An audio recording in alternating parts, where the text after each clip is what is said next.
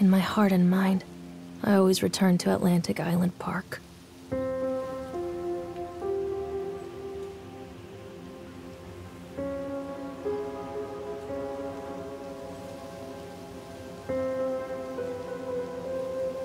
Where's Mr. Bear? I haven't seen Mr. Bear, Callum.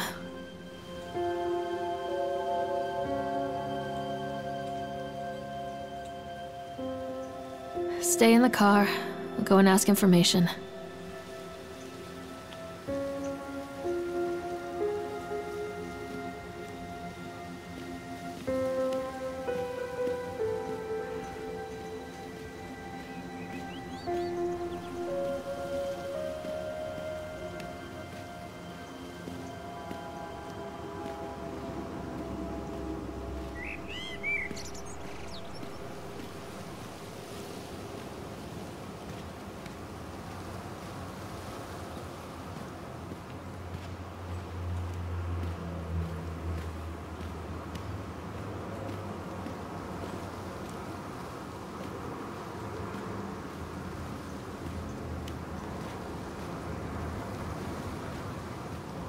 What am I thinking? I can't leave.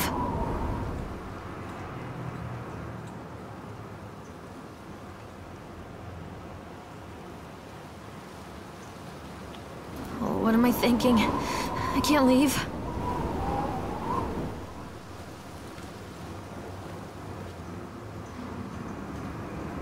No. I have things I need to do in the park.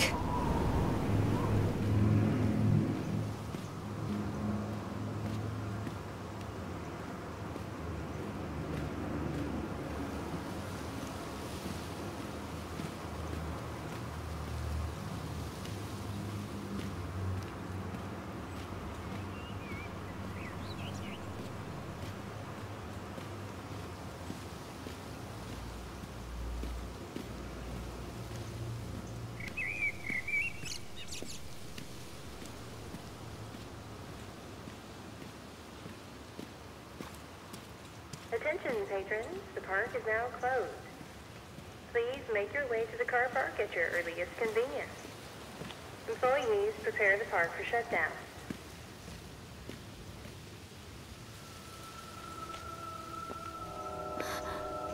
What?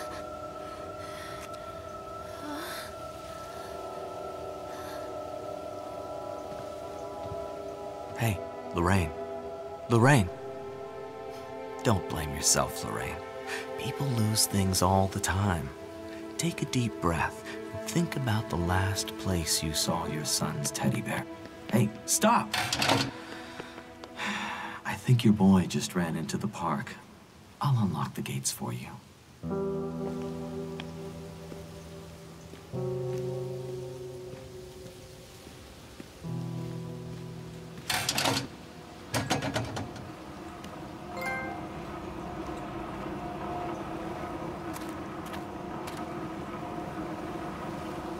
There's something special about the entrance to an amusement park. A line drawn between the real world and the world of whimsy within. On this side, the apathy of our everyday lives. And on the other, anything we might dare to dream. It's no wonder Callum ran back inside. I wouldn't want to leave either. Attention employees, the park is now closed. Have a safe journey home.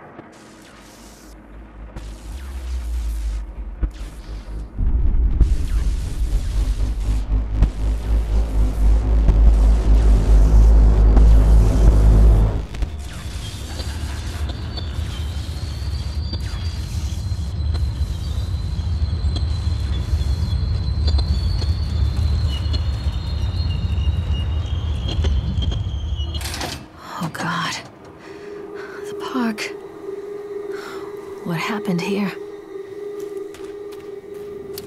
You can't catch me.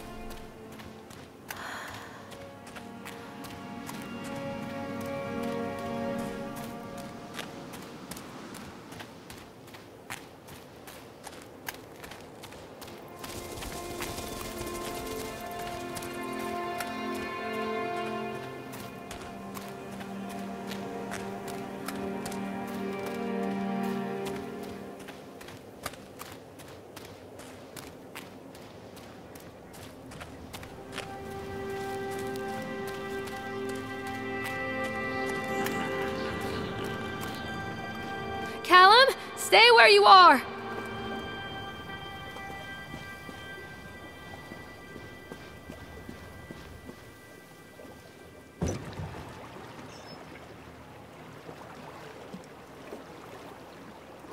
Come on, Mommy.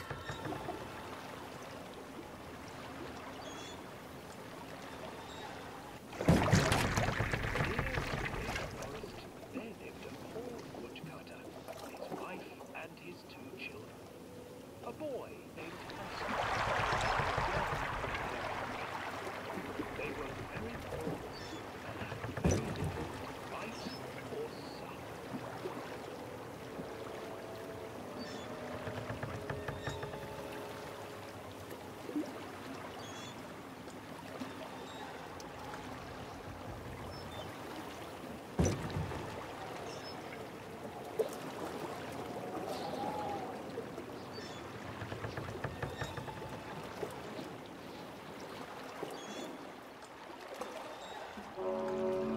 Near a great forest, there lived a poor woodcutter, his wife and his 2 children.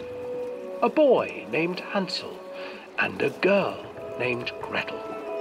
They were very poor and had very little to bite or sup.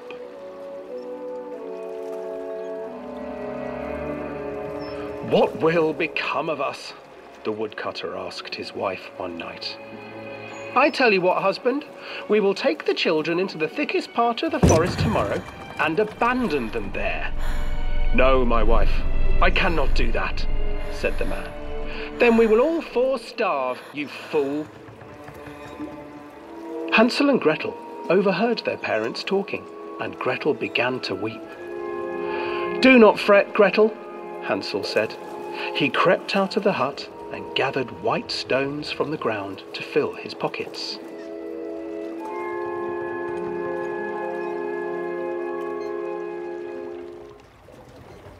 The next morning, the woodcutter leads the children into the forest. Before they leave, their mother gives them a slice of bread and warns them that they will get no more food that day. Clever Hansel leaves a trail of white stones behind them as they pass into the woods. When their father leaves them, the children wait a while, then follow the trail back to their parents' house. After receiving a thorough scolding from their parents for getting lost in the woods, the children are sent to bed without any supper. Hansel tried to sneak out and collect more white stones, but found that the door was locked. "Tomorrow I will take them into the woods myself," the wife told the woodcutter. In the morning, their mother gave them a slice of bread and led them deep into the forest once again.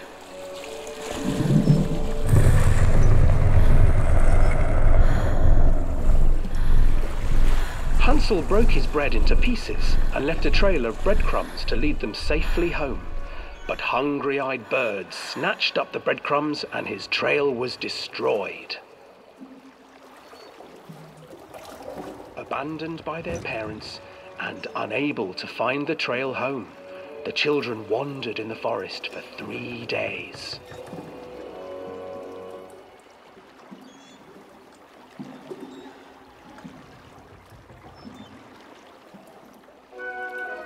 The children stumbled into a clearing with an exceedingly strange house.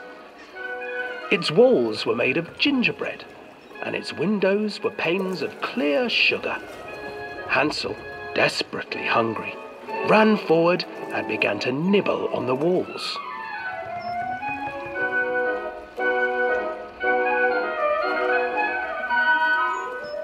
"Nibble, nibble, little mouse. Who is nibbling at my house?" An old woman emerged from the house, sniffing the air and peering around with cloudy eyes. "Oh, you dear children, who brought you here? Just come in and stay with me. No harm will come to you." But Hansel and Gretel stayed back, for the old woman reminded them of their cruel mother. "Come! Come, children, don't be afraid. I have something for you. The old woman offered them 2 enormous lollipops. The children took them and began to eat. You see, nothing to fear here. Come inside, the old woman urged, and the children, still licking their sweets, followed.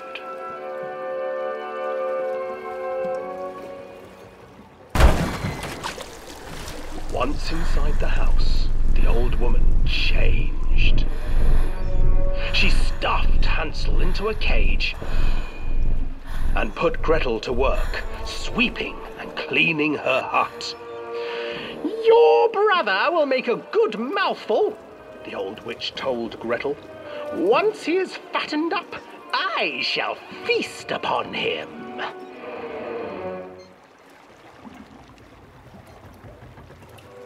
Time passed, and poor Hansel refused to eat, fearing the day that the witch would eat him.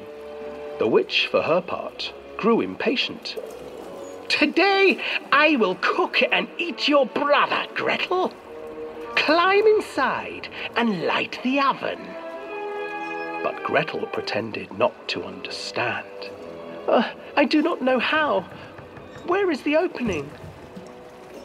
Fool, the old witch said. The opening is here. And she moved to show Gretel. Seizing her courage, brave Gretel gave the witch a shove, and the old crone tumbled forward into the oven. Gretel slid a large iron bolt over the door to the oven. Gretel freed her brother Hansel, and together they lit a fire beneath the oven.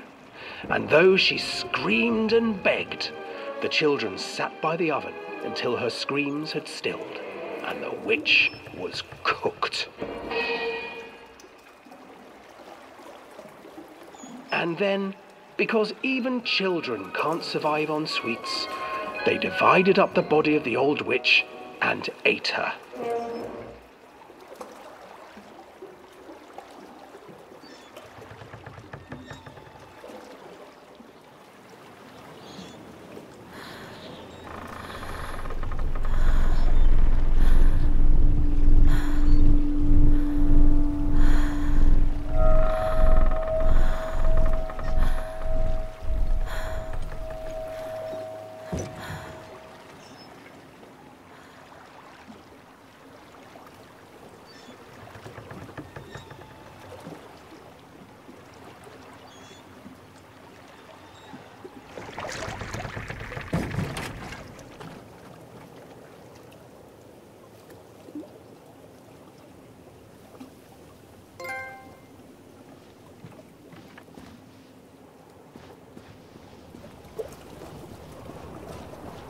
Hansel and Gretel.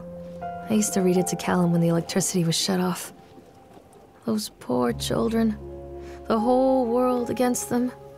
The forest, the birds, the old witch, even their own parents. I used to imagine that Callum and I were the kids in that story. Not mother and son, but brother and sister, hand in hand against the unkind world. We were always hungry, looking for our own house made of candy. Looking for the sweetness that could take the pain away. Hunger leads people to desperate, terrible places where the tree branches reach like claws.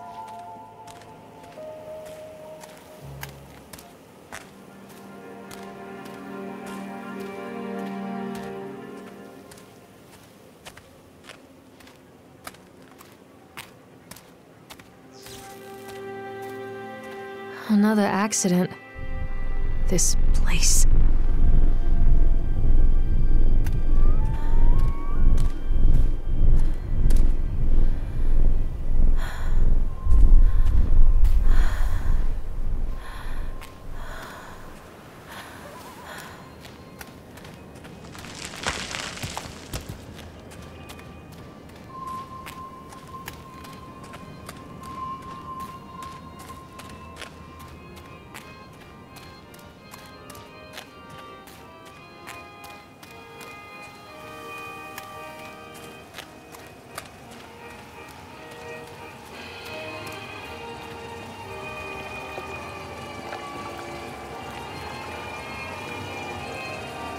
This old thing used to make the blood run to my head. Make me dizzy.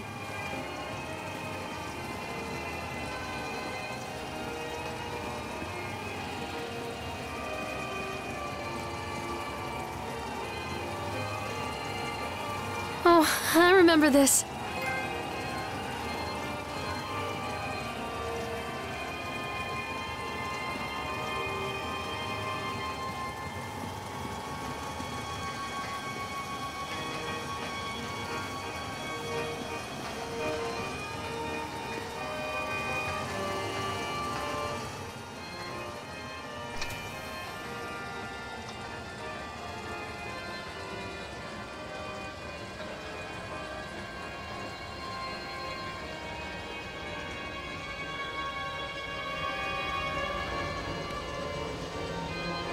I can't get on while it's moving. I can't get on while it's moving. I can't get on while it's moving.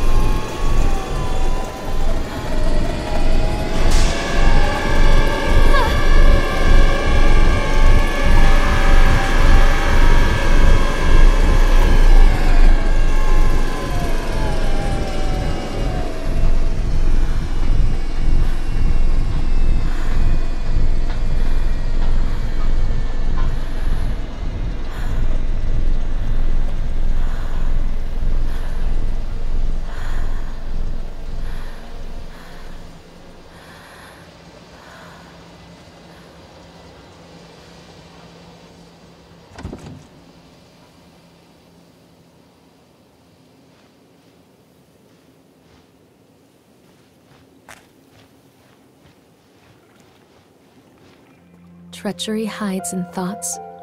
Treachery that lashes like a whip and scars our insides. The first time I saw Callum, my thoughts betrayed me. I looked down at this wrinkled, red, bawling thing and I thought, is that it? We build our world from expectations, and the world that I had built for Callum was no different. He was so real, so there, and so far from my expectations. And they shattered, and as they fell in pieces, that one treacherous thought became a new foundation.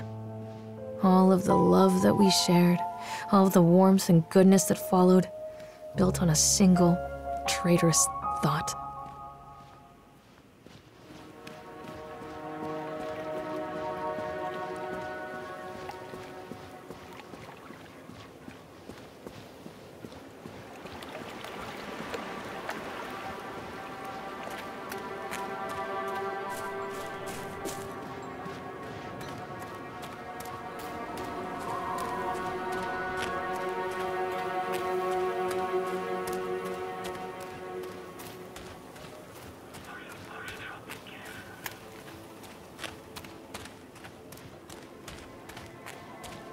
Constant crashes and 80s music. I guess it floats someone's boat.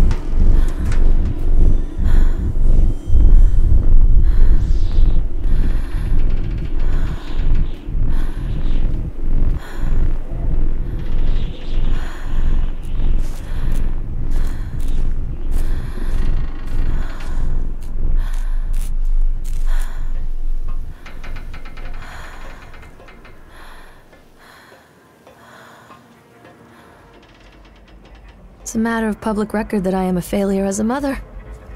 Once, when Callum was very small, I left him asleep in the car while I ran an errand. Don't even remember what it was. When I came back, the sheriff was standing next to the car, watching my boy through the window. I didn't like what I saw in his eyes. Judgment. He wrote me the ticket without saying a word, just the scratch of his pen on the notepad. When he gave it to me, our eyes met. I know what you're going through. My daughter, Helen, she just gets some help. Help was a bolt of lightning. Help was 1,000 volts surging through my veins. Help is agony. I'd rather die. I wanted to scream. I'd rather you pulled your gun and shot me. But instead my mouth said, "Yes, Sheriff."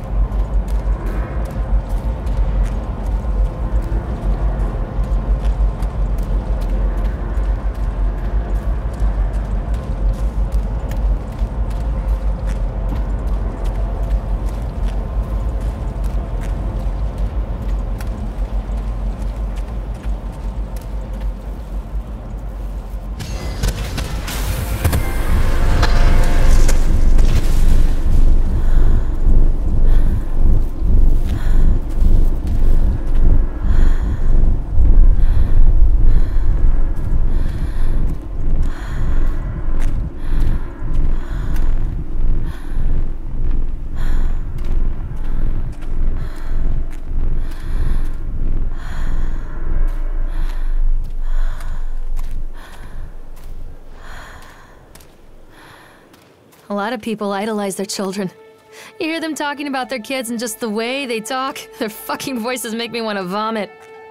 My angel likes to read, and little Johnny is so good on the piano. Fuck those people! You give up 9 months of your life carrying them, you traumatize yourself giving birth to them, and then you spend the rest of your life as their slave. Wiping asses, mopping up piss, feeding them. Little life-sucking monsters who take and take and take until... we all go insane. Any parent who pretends otherwise is just dishonest. That's called choice supportive bias. I am honest. Callum really grinds my gears, and he owes me everything. Everything. It'd serve the little fuck right if I just abandoned him.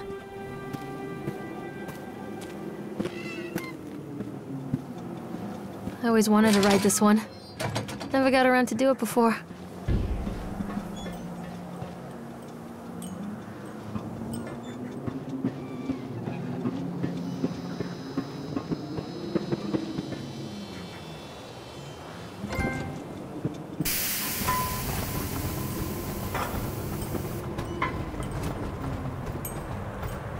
What do you want?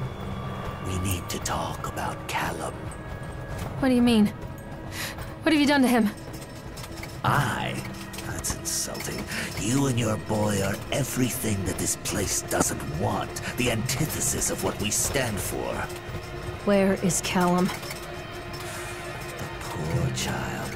He tried so hard to do what he was taught. He even left you a trail of breadcrumbs. But the park is just so hungry.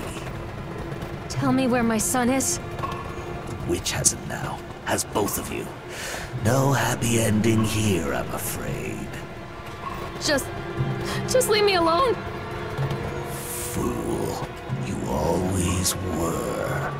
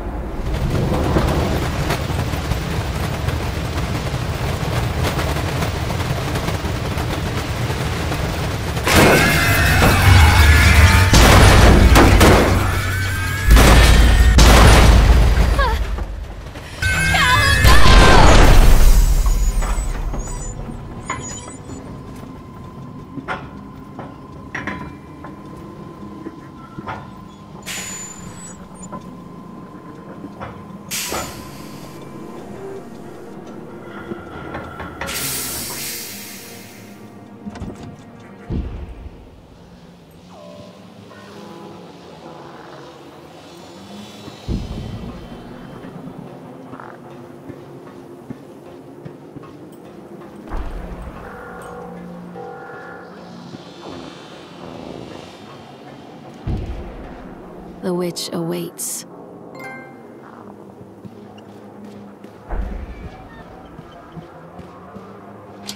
Callum has bruises on his arms, finger marks. Someone has been hurting him. I've asked him, demanded really, to know where he got the marks. But he doesn't want to answer me. Something has scared him into silence. He doesn't dare talk. He's been changing too. Something sinister lurks in the darkness behind his eyes. I catch him staring at me at odd moments. In the night, he tosses and turns and cries out words that I cannot understand. When I try to soothe him, he snaps and bites at my fingers. I think he wants to talk to me. I think he wants to tell me. But they are watching him every minute of every day. They are whispering to him in his sleep, changing him. They are taking my baby away from me. I can save him. There will be pain. But I love him, and in the end, he will understand why. The whole town was shocked by that one. Never found out who did it.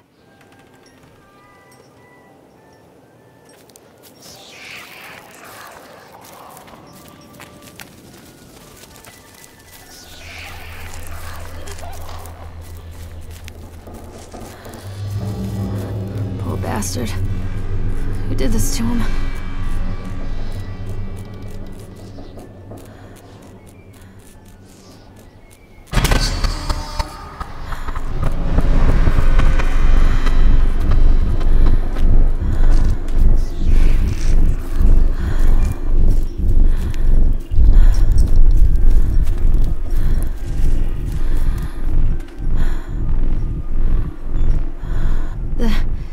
These are mine.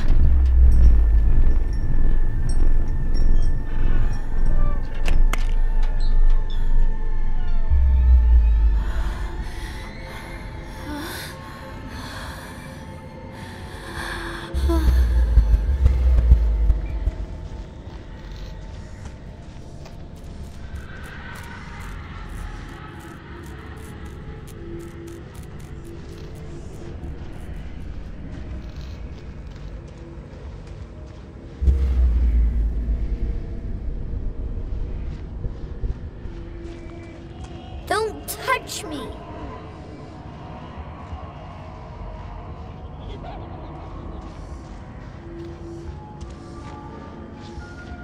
Don't leave me here, Callum.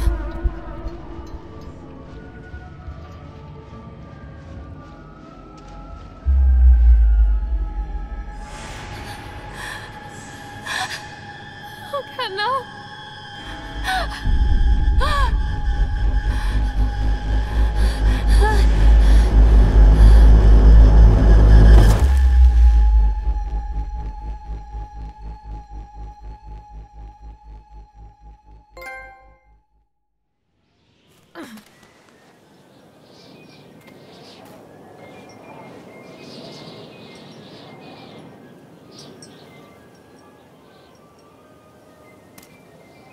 The park is a collage of contradictions all of its own.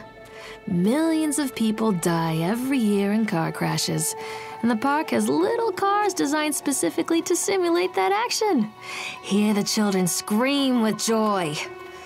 In the sideshow alley, you can walk away with 15 cents worth of mass-produced Chinese teddy bears while a grinning carny pockets your hard-earned $5. What secrets lie beneath the sullen waters of the lake? The tears of jilted lovers, the soiled condoms of illicit affairs, the clotted blood of the lonely suicide. And the face of the witch looms over it all.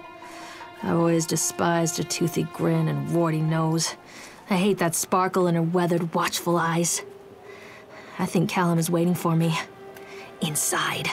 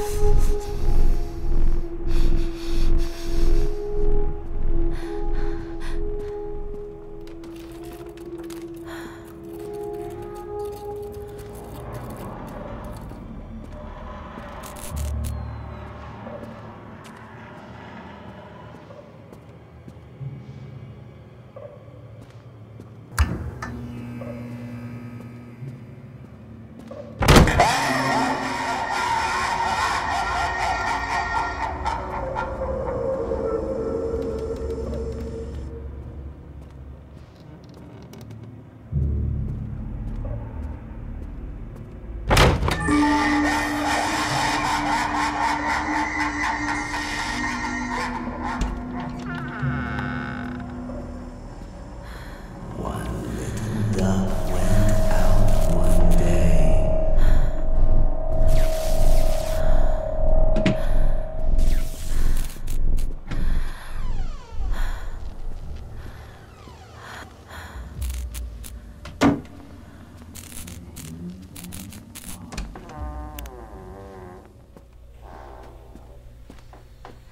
After they let me out, they gave me Callum back and sent me home with a handful of breadcrumbs. Home, bittersweet home. I barely recognized it.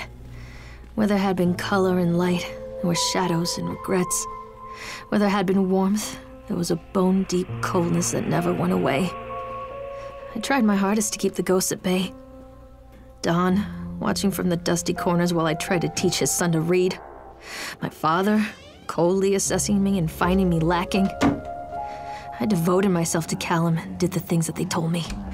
It will get better, they said. Every day will be a little better than the last. I'm in the woods now, lost and afraid. Things never got any better.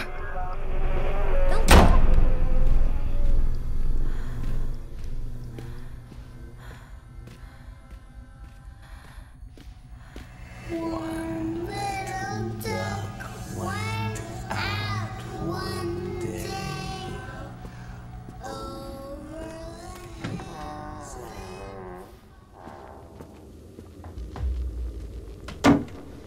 Sad mother duck went out one day.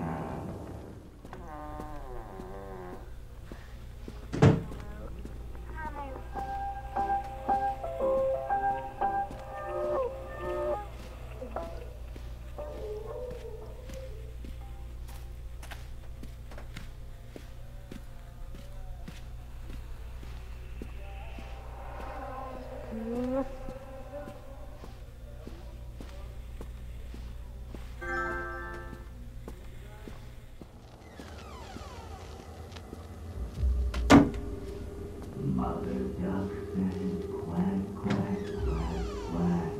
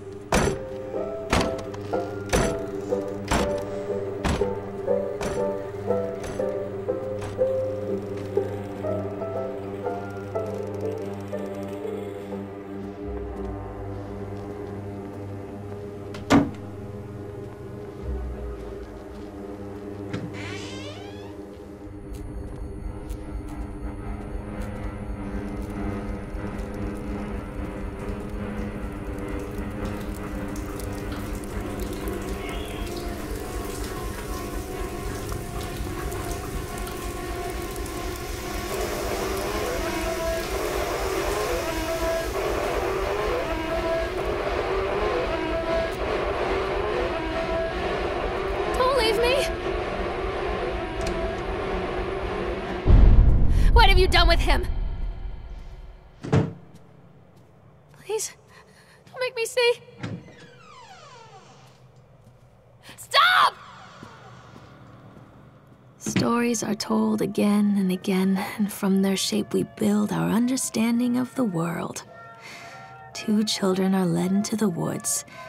They are lost for a time, but then are captured by an old witch. A child goes missing in Atlantic Island Park. He wanders lost for a time before finding his way into the mouth of an old witch. In the oldest version of this story, the mother and the witch were the same person.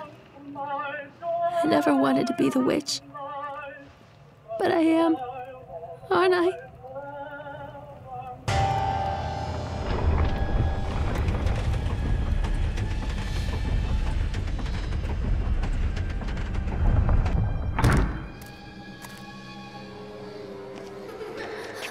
Callum.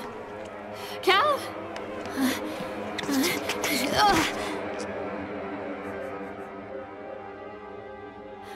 Callum. Callum. Callum!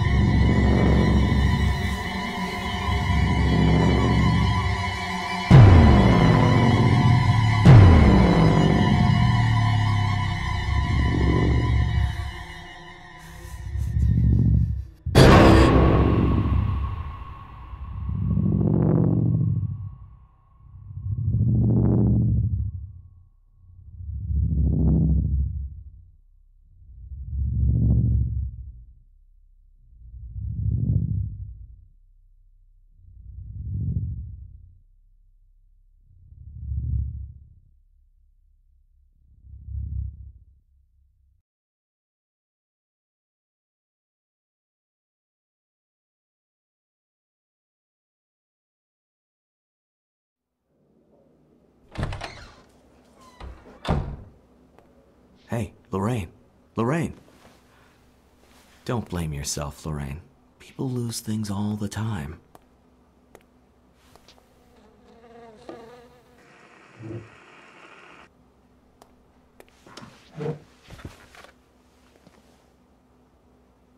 Take a deep breath and think about the last place you saw your son.